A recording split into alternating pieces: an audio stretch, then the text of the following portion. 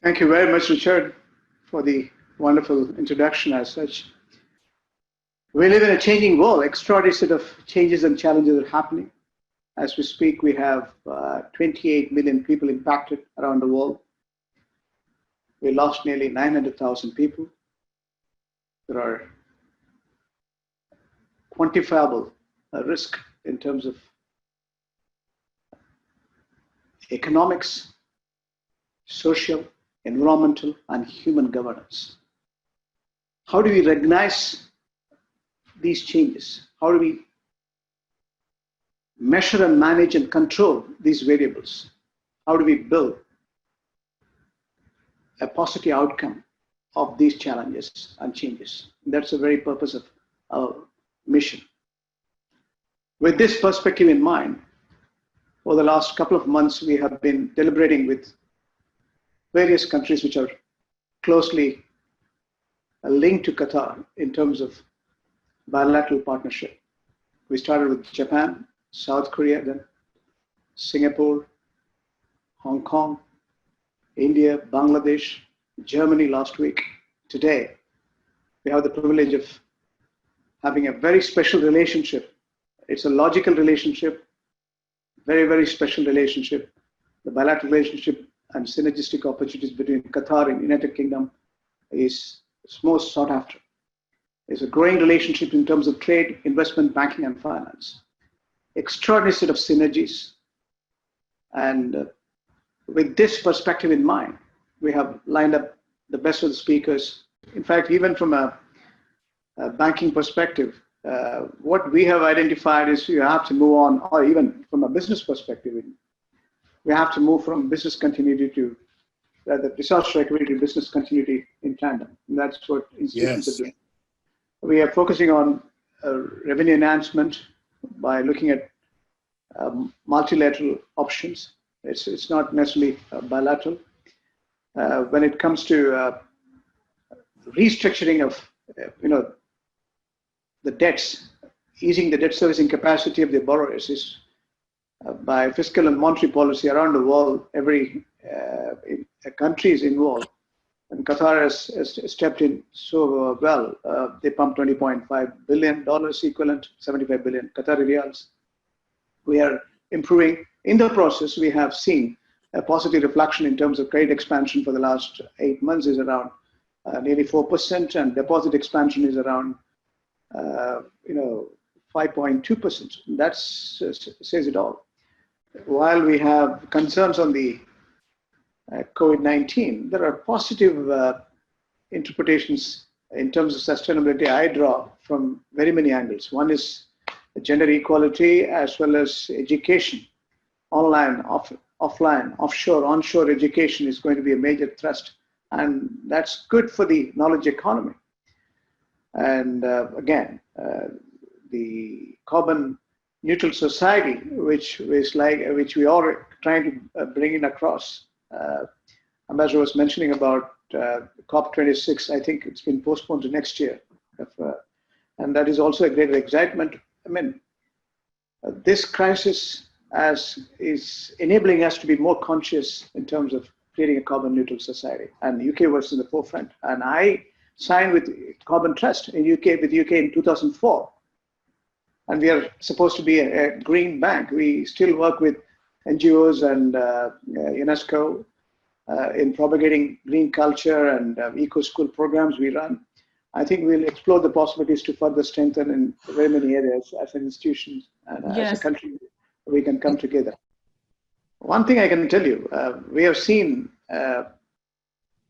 post-blockade, again, even during COVID time, the real estate financing in Qatar is moving. If you take the office supply, yes, there is an excess supply. The prices have come down. It's moderating. Residential still holds good. I don't know, Nasser can correct me. It's 15-20% has come down, but still it's in demand. When it comes to commercial retail, it's a definite reflection. It is holding reasonably well. Land is anyway scarce. So I'm not seeing a major downturn. It's, if at all, there's a marginal correction. Let me move on to the final presentation. That's mine. I gave a preface about the changing dynamics in the world. World over, if you look at the financial stability, countries have engaged in fiscal as well as monetary alignment. The purpose is to make sure we improve the liquidity. We don't want to have a situation when the liquidity crisis moved into a funding crisis, solvency issue. So interest rates have been lowered right from Federal Reserve. If you look at the number which has been siphoned to support the liquidity by various governments is over 25 trillion. Global economies, if you look at it, IMF has said very clearly there's a contraction of 4.9%. Subsequently, there were OECD. Then each and every country has reflected the June quarter. It's a definite dismal picture as such. It is, but we have to learn one thing, that this crisis will result in reorganization of post-COVID into an opportunity, and that's what we are going to see in substance. Now, advanced economies are grossly underperforming to the tune of 8%, and emerging markets, developing economies, are performing to the tune of contraction to the tune of 3%. Everyone, including Qatar or UK last quarter was 20% down. Qatar should be contracting the tune of 5 to 6%. And again, there's opportunity for us to bounce back, and that's the projection, provided there is no second wave and we are all administered clinical solutions. It remains to be seen. The interest rate is lowered across the globe, right from US Treasury. And that's quite meaningful, because what we have learned out of the financial crisis in 2008, we have absolute movement of solvency to sovereign in the past on account of the global financial crisis in 2008 and 9. Now, this is a paralysis. It's not one sector. Every part of the world is paralyzed. 194 countries are engaged in sorting out the healthcare. And again, you have to bring in financial stability, and you have to create a sustainable value chain. If you have to build food security, if you have to eradicate extreme poverty, you have to bring in gender equality, you have to bring in universal healthcare, universal education, as some of the speakers have mentioned. We have to also look at creating carbon neutral society. And the digital acceleration, as I said earlier, is accelerating to a large extent, which is going to reinvigorate one thing. Peace or justice or commercial disputes can all be through digital solutions. That's a very positive lesson. Let's understand this. That's going to minimize the government role, improve the governance, bringing in the transparency, bringing the speedy resolutions to commercial aspects. That's going to accelerate the overall economic momentum post-COVID. I'm certain we have seen the reflection in the past. History has given us enough ammunition to recognize. Let me talk about Qatar. Jinus has outlined, she's spoken for Qatar as well, to a very large extent, but I have to highlight a few points so that we complement each other and sum it up in total terms. What are the various opportunities I see in bilateral terms? So financial stability is there. And as I said earlier, Qatar government has given enough financial incentives. The banking regulation has enabled us to have stable and functional banking services, postponement of installments with interest, and Qatar Development Bank came with meaningful solutions. Located on the region's busiest shipping route, Qatar is perfectly positioned for international trade, with direct air and sea connections to Asia, Africa and Europe. Qatar is becoming a leading destination for next-generation business models. Its thriving, knowledge-based economy has helped secure its place among the most competitive business environments in the world, an ideal destination for foreign investment. The past 4 decades have seen a 9-fold increase in Qatar's population to 2.7 million. The current political blockade by neighboring countries has only served to strengthen the nation's self-sufficiency, and strategic investment continues to accelerate. Qatar has already spent $33 billion on infrastructure projects, with new contracts to be awarded over the next 3 years, not least with the 2022 FIFA World Cup on the horizon. The national strategy, Vision 2030, is even more ambitious. Qatar is known as the world's leading supplier of liquefied natural gas and a leading player in aviation and sports and the media. For COVID, the central bank has taken enough measures. What's more interesting is to listen to the energy minister on hydrocarbon. The growth is visible. That's why Mr. Nasser was saying you will have occupancy even for office spaces. Not to worry for this on account of the short-term turbulence. But as I mentioned, regarding the North Field, we are full steam ahead. As we have mentioned in the past, we're going to be awarding all our contracts for North Field expansion project. We have two phases, the east and the south expansion. We're going to go from 77 million tons per annum to 110 million tons per annum by 2025, and then up from 110 to 126 by the year 2027. We've ordered all the shipping requirements, and we've booked slots for about $20 billion. We've announced just a couple of weeks ago, and that's at the cost of around $20 billion US, and we've booked up 60% of the entire world's capacity of building LNG ships. So these, we call them our moving pipelines, if you will, but that's to have our full supply chain up and ready by the time we have all the developments in place. So that's the beauty. So first phase, second phase, that's equivalent to 6 million barrels of oil. If I convert everything into one fabric, that's huge in terms of revenue, sustainable revenue journey. And that's promising. So Vision 2030 is what Nasser was mentioning, and everyone has highlighted. That's a long-term, viable, sustainable journey. And let's look at the engineering marvel. Genus has shown some clips, but I'm going to show you on the 2022.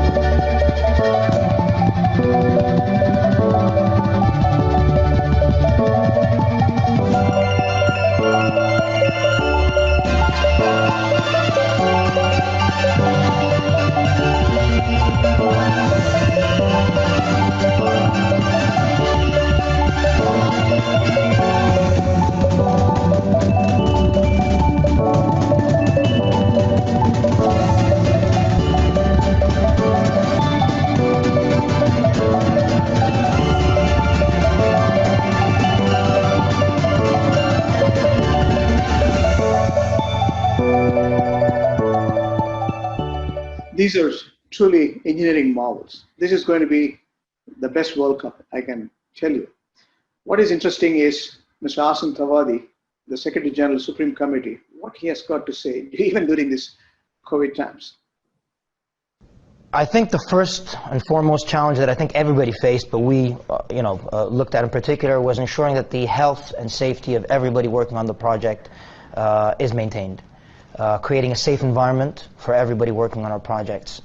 But in doing so also, we recognize that the corona pandemic also had an impact not only on the physical health, but also on the financial health and the mental health and the emotional health of everybody that's been affected, or the globe. What we will try to do is maintain a business as usual attitude, first and foremost ensuring that we maintain the health and safety of everybody working, while at the same time providing a sort of routine, a sort of continuity beyond Corona and beyond this pandemic. The challenge was ensuring that work continues as normal, but at the same time, ensuring that paychecks continue coming in as normal, while at the same time maintaining a sort of routine that allows for people to have a sense of normalcy that could counter the hidden impact of Corona, which is the mental health impact. That's very reassuring, very human. and it's going to be a green, and sustainable performance. Let me move on to, I'm going to skip certain slides. The airport we have seen, we have talked about it.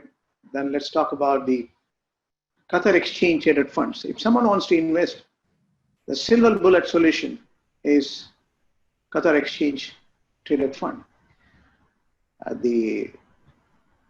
This is one single stock indices which is reflecting the entire barometer of the economy. It is carefully crafted, various sectors, best performing stocks, and top 20 is what we have identified, and it's very professionally managed by independent investment banker, and we return very reasonable, one of the best, exchange traded fund, I should say.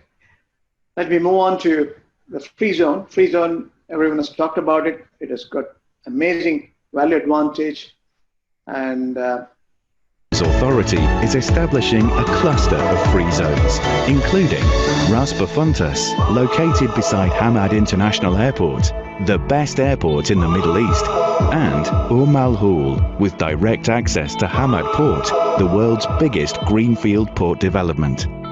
Qatar free zones offer foreign investors 100% ownership, 0 customs duty and corporation tax, no individual income tax, quick building permits, and access to a skilled workforce.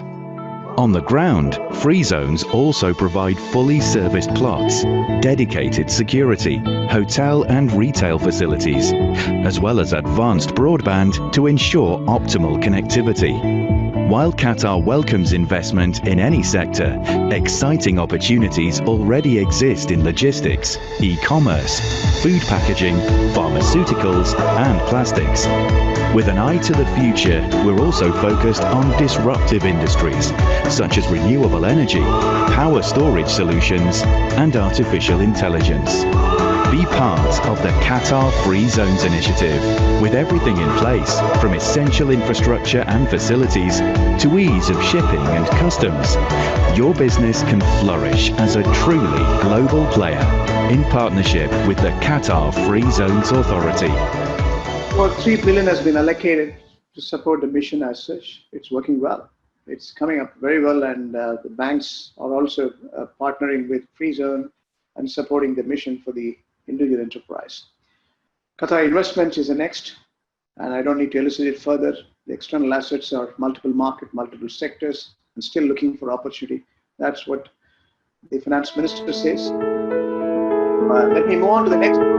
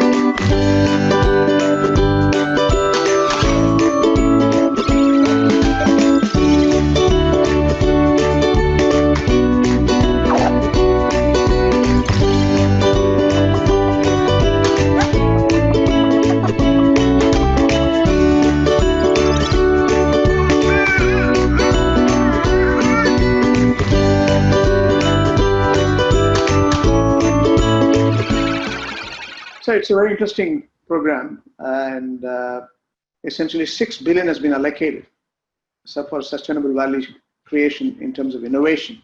We can make the best use of it for UK companies through proper collaborations. Next, I want to dwell on UK for a minute. Both the fiscal and monetary side, I was very impressed, and the budget was a good one. It is very diversified, taking care of all segments, and that will have a long-term impact in terms of financial stability. That's how I read it as a banker. And I have the video, but it will take time. I'm not going to show all the clips on account of time. This is breaking overnight. The Bank of England announced an emergency interest rate cut of 50 basis points. That's one. And fiscal policy is a good one.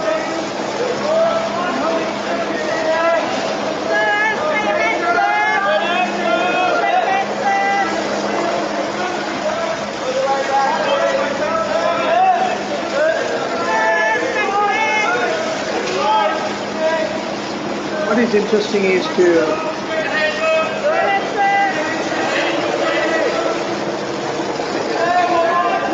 I want to get straight to the issue most on everyone's mind.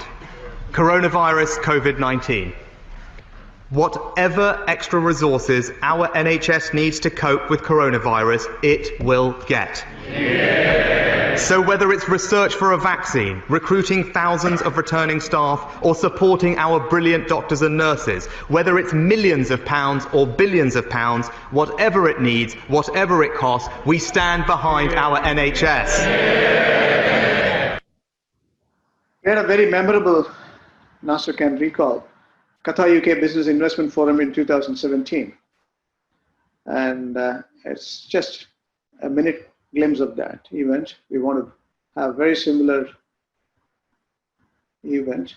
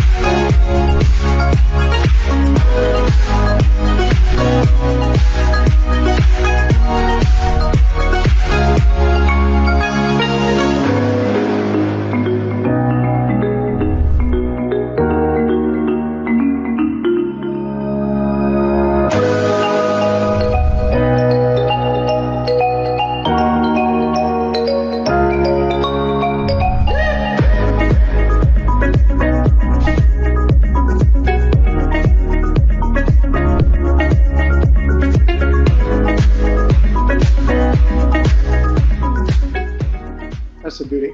And Qatar Emirs visited the British Prime Minister last year. Here is a glimpse.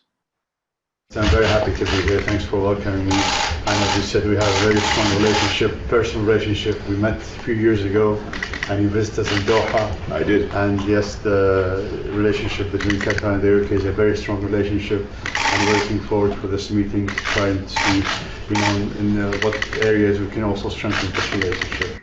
Nadeem Baba has more now from London.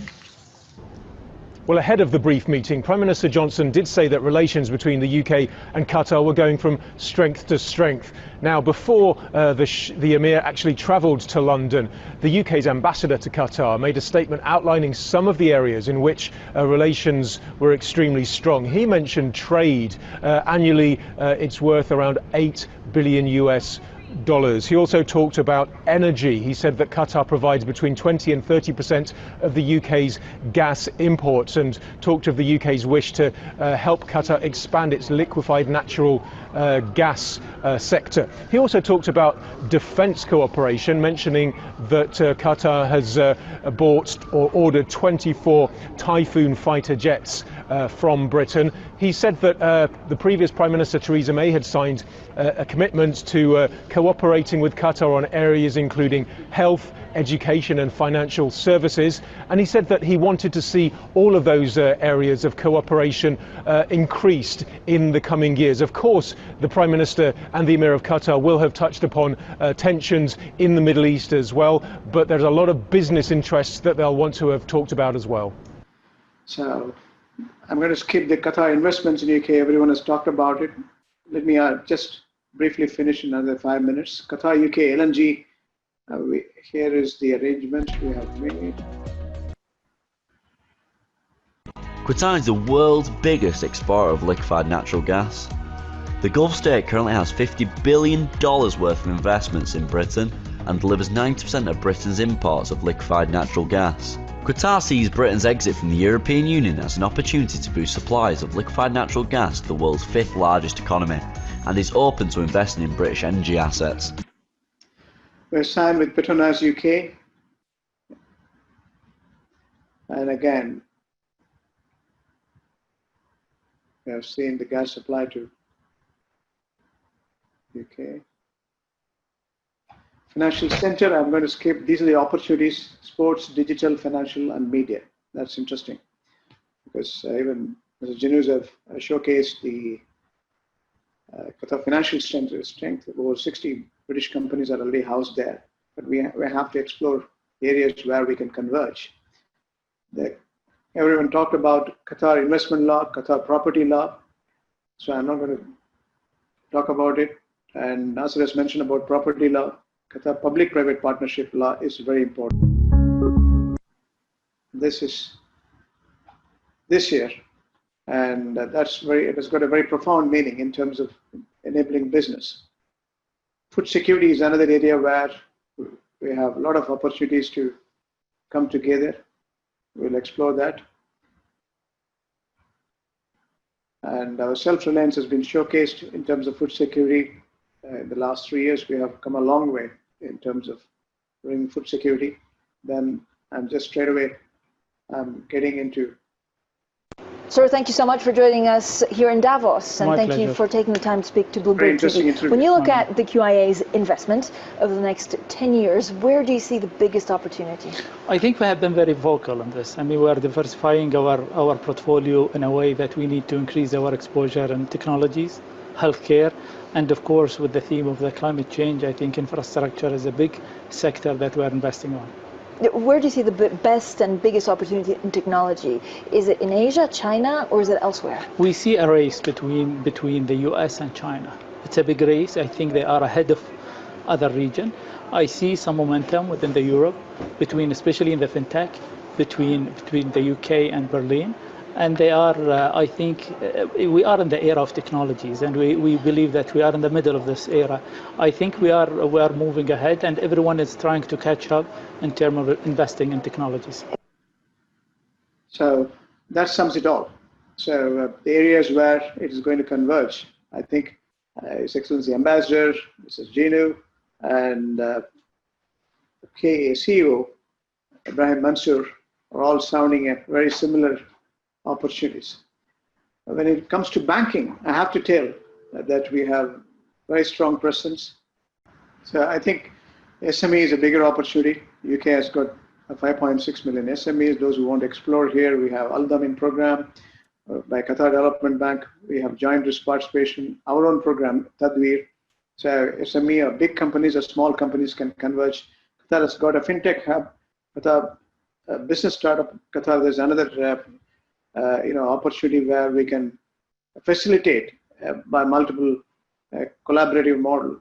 So plenty of opportunities for us in the coming days to come together. We foresee further strengthening our bilateral partnership in terms of trade or investments, banking or finance.